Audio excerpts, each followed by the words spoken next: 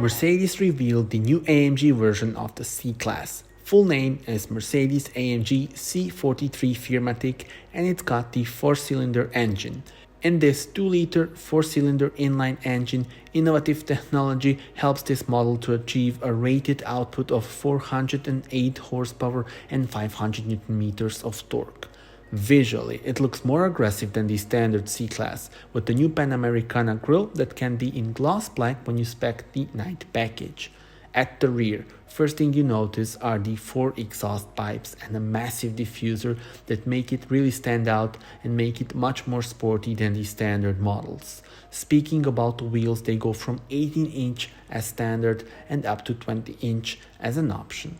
Interior has the well-known beautiful design with some special elements, such as the special steering wheel with new buttons and also the sport seats. Numbers of this model are impressive, as it can reach 100 km/h in just 4.6 seconds, and when you add the optional AMG drivers package, the top speed is 265 km/h. Tell me in the comments, how do you like this model?